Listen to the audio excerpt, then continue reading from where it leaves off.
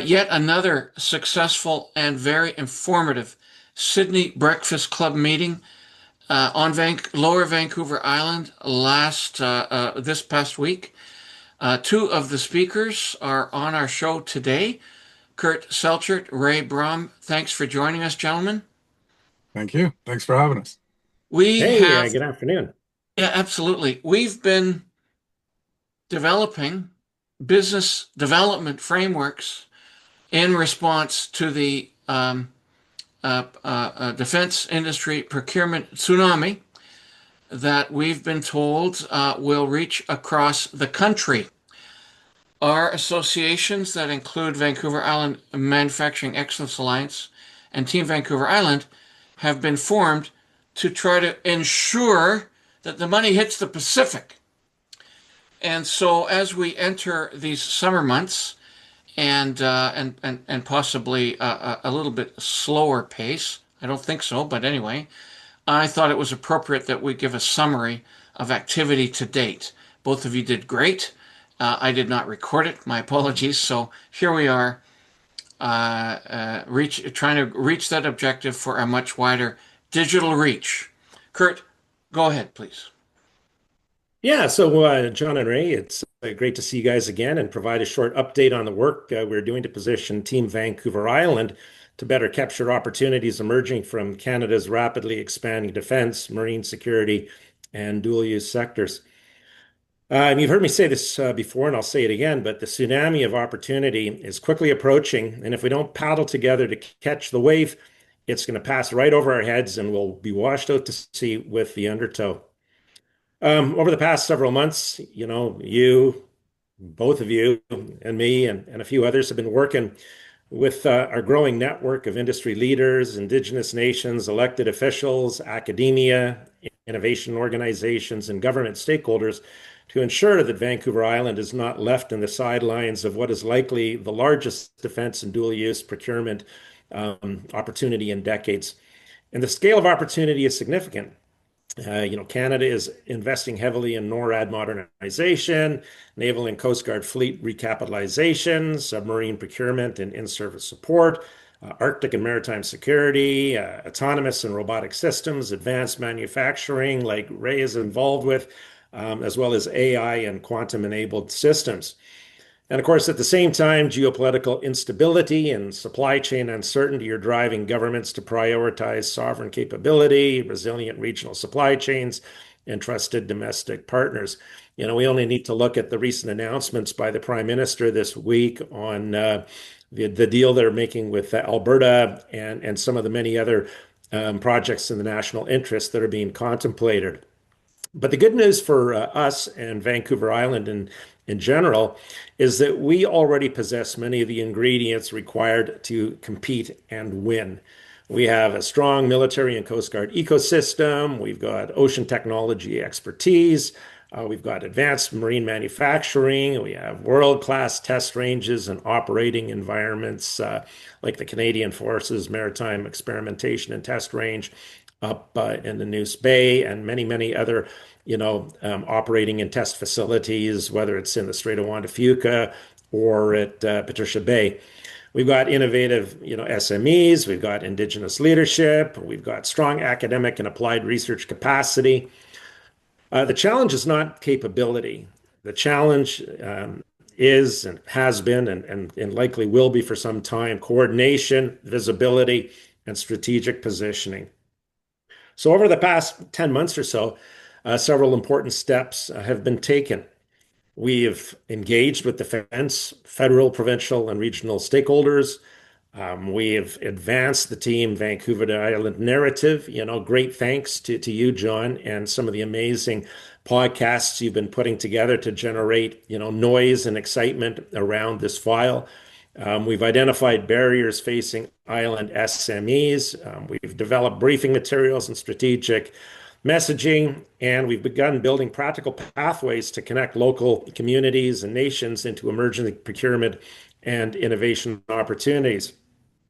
I'm going to highlight, a couple of the recent engagements. So Was it back in March at DefSec in Calgary? The discussions there helped advance a proposal for a Pacific Defense Innovation Secure Hub, or PAC dish, as we've called it.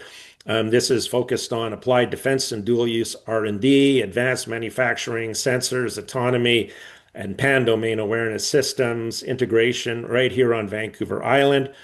That proposal has been submitted and hopefully will receive a favorable response.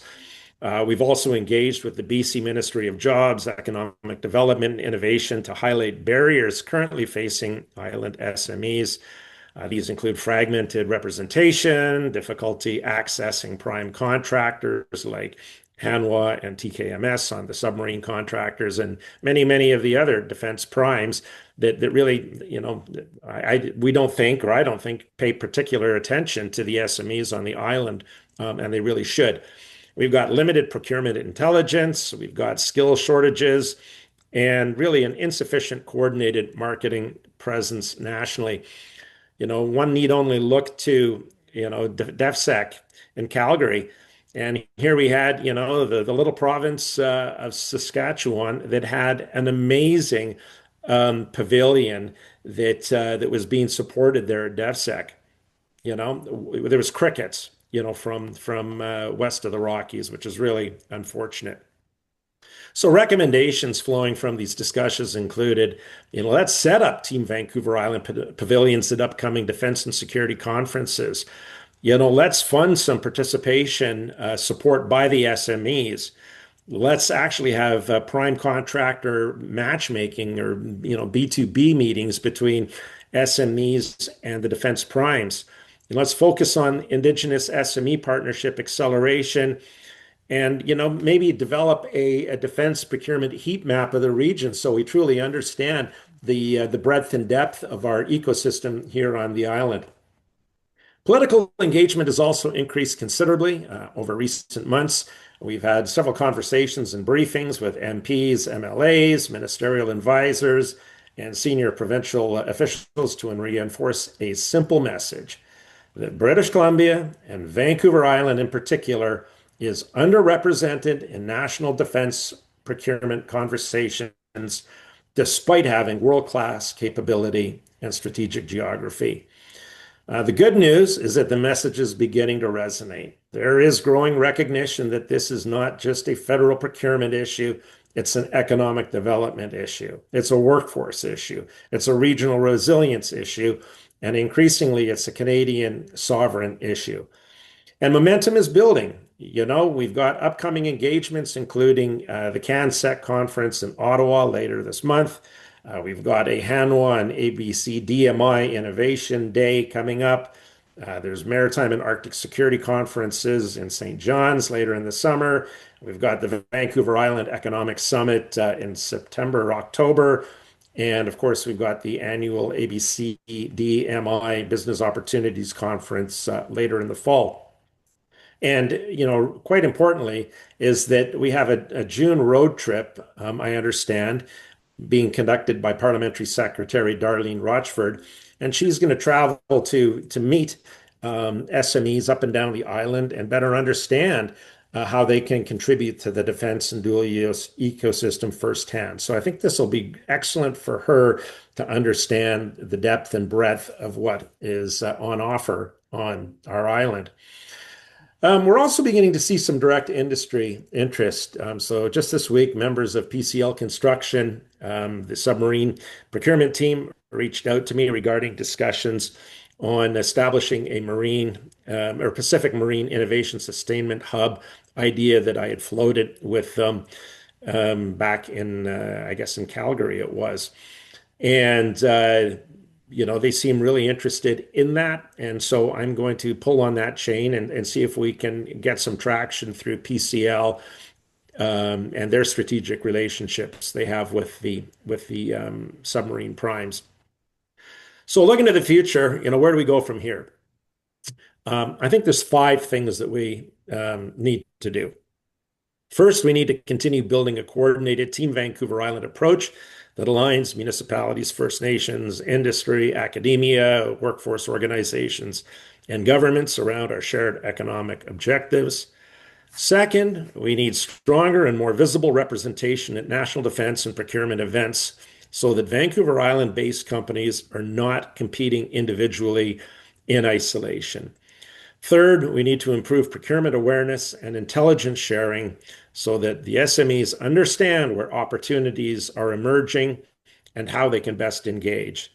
Fourth, we need to strengthen relationships with prime contractors and federal programs early before those contracts are fully shaped and supply chains are locked in. To give you an example, a few weeks ago, there was a RFI related to the in-service support for a future Canadian submarine proposal. I believe, Ray, you responded to it, and I certainly responded to it. But we really need to respond to those RFIs and articulate what the region can contribute, to these 10, 20, 30, 40, year potential opportunities that are going to come out of defense procurement. And fifth and finally, we need to ensure that Vancouver Island is consistently framed not only as a beautiful place to live, but as a strategic national asset capable of contributing to Canada's defense, security, innovation, and economic resilience.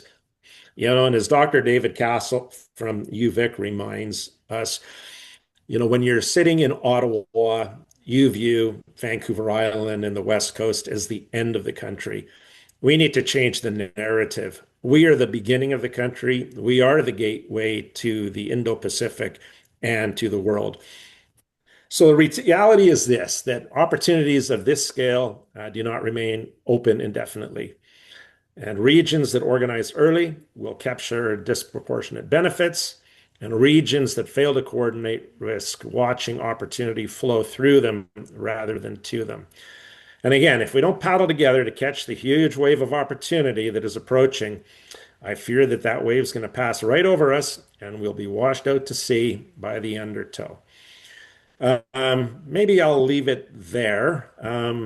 Kurt, that's amazing. Between the two of you and several others, extraordinary work.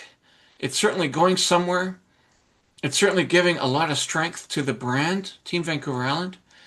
We are here to coordinate our strengths and be business friendly and business attractive to other large centers across Canada. And if that means we have to look like a very large center, I think we're beginning to do that. Mm-hmm. So congratulations to all of you. Exciting things to be announced in the near future. Ray, you've been integral to all of this, and would love to hear your viewpoints on what we've done to date as well. Sure. Before I start, I just wanted to say, Kurt, you've got a very good way of putting things in perspective, and I really like the structure. This is the second time I've heard your presentation, and it's bang on. So the amazing thing is that this is going to be available for people to replay. There'll be a transcript. All those things will help people understand what we're talking about. So, from my point of view, I think what I said at the SPC was, we as a country have to do something, because we know that the east of Canada is very well supported. Problem with that is there's no way that it could all be done on that side of the country. For this effort and what Carney's trying to do and what Canada wants to do, everybody has to be involved. And for me, the way I look at it is I change the things I can change. And so what can I do? So Vimeo was one aspect, and it's based on the foundational things that all of us, the three of us at least, and I'm sure many more, understand that if you're competitive and you're collaborative, we're going to have a better chance, right? So Yeah, that's really what I'm focused on is that, and what I'm really hoping is that others will do the same. It doesn't have to be only here.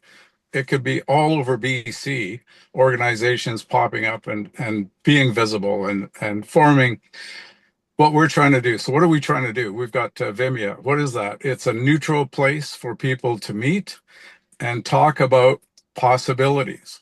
Those possibilities are going to turn into things like what's happening right now with Rain House and with other companies that I'm talking to. We're talking about joint ventures. So that's the half step to becoming a consortium. So you look at the East and how they do things, that's how they get ahead. They form good sized consortiums. You could do the research in the automotive industry. It's all over the place. And it gives you a one button to push. So that's what everybody wants. Don't want to, you know, especially these big projects, you don't want to have to manage a town full of companies. You just want to talk to one person and be able to uh, feel as if that's all you have to do. It's going to free up your bandwidth. You know, it's just at Maritech in right here in Victoria, and speaking to people there and listening to what I'm, you know, what Kurt is alluding to is that the message is getting out there. Yes, I think it is. It's pretty slow. I didn't see too many people from the province at this event, but there was lots of federal people. So that still needs a little bit of work. You know, I was talking to Pacific Can people, and they're talking about the Look West program, all pointing in the right direction. So, yeah, I'm enthusiastic that things will move forward and in a positive way for us, but it's not going to be without effort. We're going to have to work our butts off to make sure that we keep that energy going. I think, you know, and you just got to get out there. That's why I go to all the defense conferences I can go, because I guess, you know, since the pandemic, there's a real appetite for people to connect and talk face to face. And I think the more we do that, the better it's going to be. So unfortunately, it's a lot of work. I was going to retire, and there's no way I can do that right now, because No, we're not allowing same you as to. well, you guys are the same. Like, there's no way you're gonna not pay attention or not try to do something. So I think that's what's gonna make the huge difference. Is we're all kind of pulling our oars in the same direction. There's no dragging anchors from our point of view. Now, we just got to be visible. That's our job. Yeah, great summary. You're both of you extraordinary leaders. It's an honor to be hanging out with you. We will put some structure to this. Uh, Not a lot, because that stops things, but certainly allowing a way for others to engage in the same enthusiasm that the two of you are expressing and build a collaboration, etc. Thank you both. Wonderful. And have a fabulous summer. You know that I'm going to be nagging you somewhere to talk some more online. Thank you very much. It won't be a nag. Thanks so much for doing this, Have a John. I really appreciate it. great long weekend too.